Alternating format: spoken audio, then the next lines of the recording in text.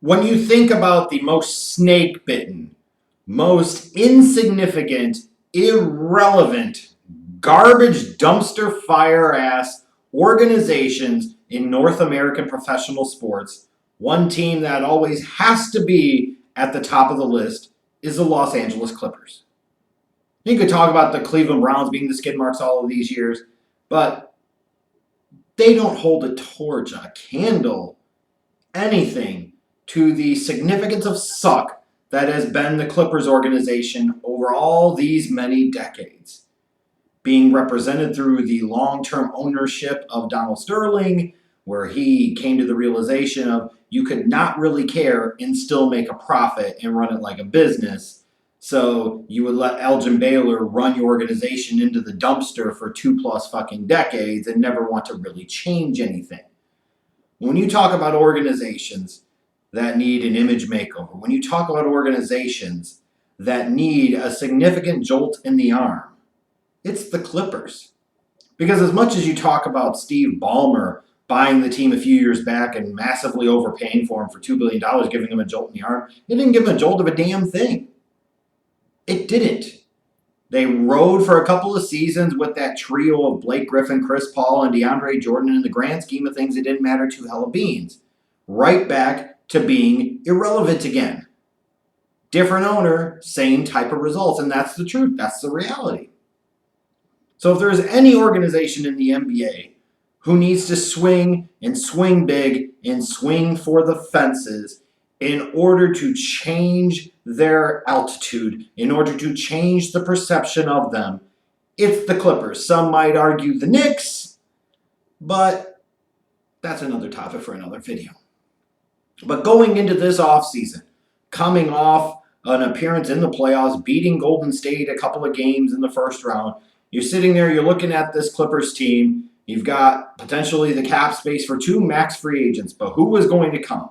And you had heard a lot of discussion, a lot of talk, a lot of thought around it being Kawhi Leonard could be the guy that comes. But potentially who else would come with him?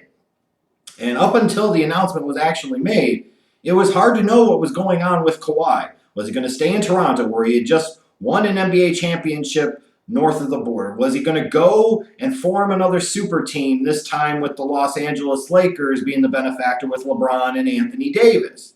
Or was he going to try and go back home but build upon his great legacy by trying to bring a championship to the Clippers? Well, we got our answer.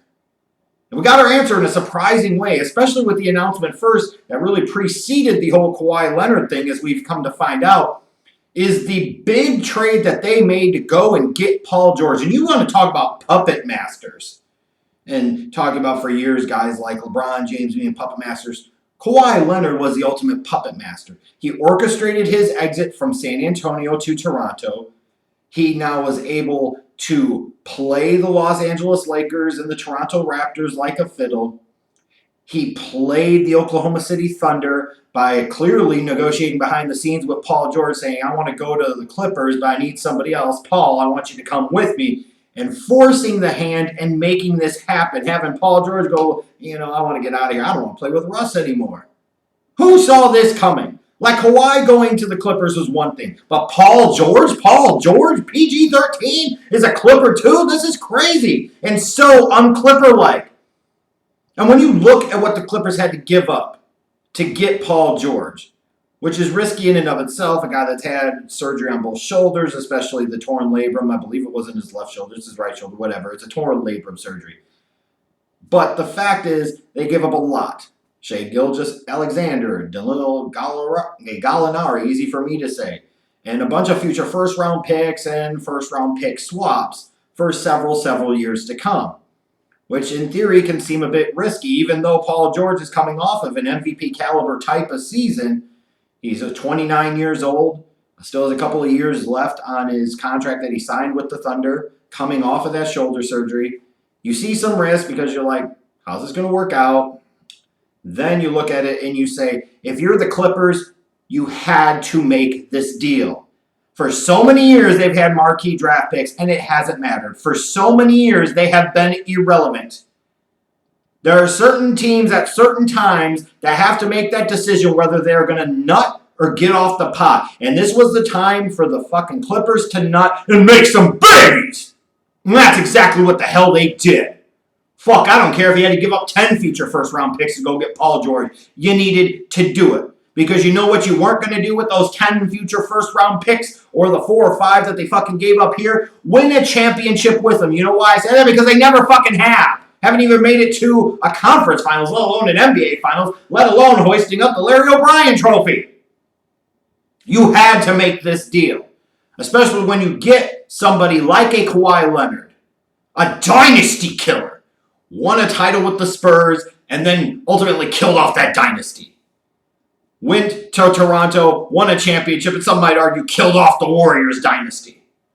Now he sits there and he comes to the Clippers, talking about Kawhi Leonard, and prevents the Lakers perhaps from building a short-term dynasty. Oh, it's fucking amazing though. The talents and the puppet master ability of Kawhi Leonard. But when you look at Paul George, knowing you could get Kawhi Leonard, a guy who has been a 2-time finals MVP with 2 different teams and 2 different conferences, no organization in basketball, based off of their past 40 years or so of history, needed this more than this team, this organization at this time. So you had to do it. This is not a, well, what if it doesn't work out? It doesn't matter if it doesn't work out because it wasn't going to work out the other way any fucking way. So what the hell difference does it make? Every once in a while in life, you got to take chances. You've got to gamble. You've got to roll the dice. And that is exactly what the Clippers have done here, as they should have. Now you look at Kawhi Leonard and you look at Paul George. You look at that front court and you're talking about 2 of the very, very best two-way players in the NBA coming into the fold in your organization in the peak of their careers. Kawhi Leonard coming off of a championship and a finals MVP. Paul George averaging, 28 points something a game, playing damn near at an MVP level. You get these 2 dudes in your front court.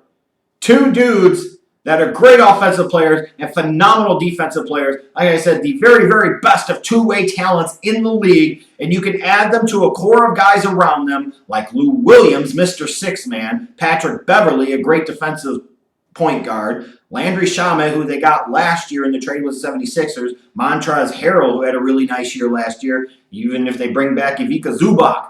Like, this is an example of where they were able to bring in some pieces, but yet at the same point in time, they didn't have to give up a lot in order to make this happen with these 2 guys.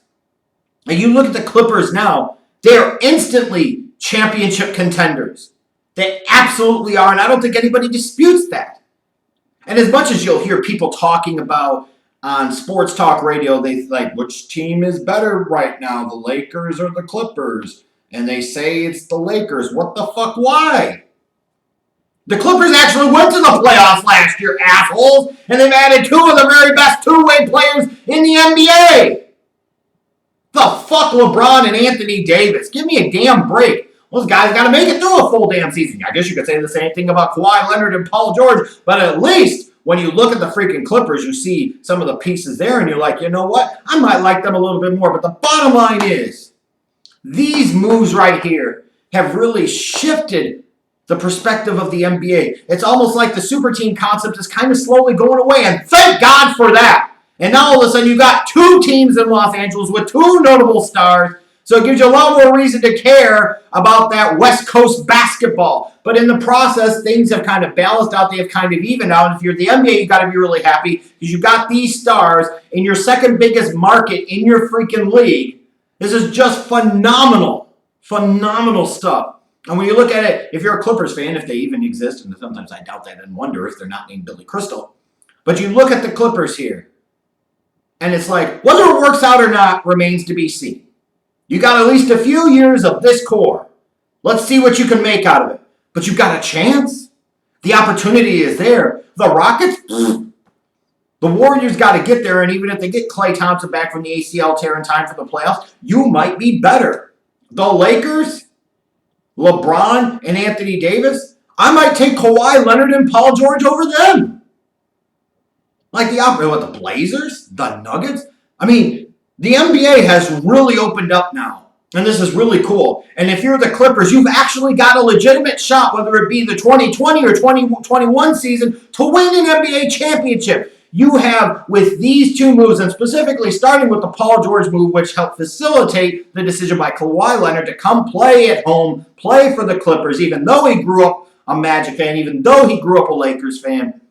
This represents potentially a seismic shift in the NBA, and more importantly, for the first time truly ever, the Clippers now being relevant in the NBA. The best thing they could do at this particular moment is use that momentum, use that good press, use that goodwill, and make a statement once and for all that they're not going to play second fiddle to the Lakers anymore in the Lakers fucking arena. It's time to get your own damn stadium deal, your own damn arena deal. You got two of the very best two-way players in the league, and imagine the legacy of utilizing Kawhi Leonard and Paul George to get you your own damn arena. And on top of that, imagine the legacy for Kawhi Leonard if he can go to the fucking Clippers after going to the damn Raptors and winning an NBA championship, helping the Spurs get their last championship in that dynasty. Imagine if Kawhi Leonard is able to go to a third team, play in the Lakers town, mind you, and win an NBA championship there. Statistics alone won't necessarily tell the story of that level of greatness. Now, that is greatness. The Clippers getting Kawhi Leonard and Paul George is a really, really big deal. It's exciting for Los Angeles. It is exciting for the NBA. And honestly, it is really exciting for NBA fans, and most certainly, at least, this one.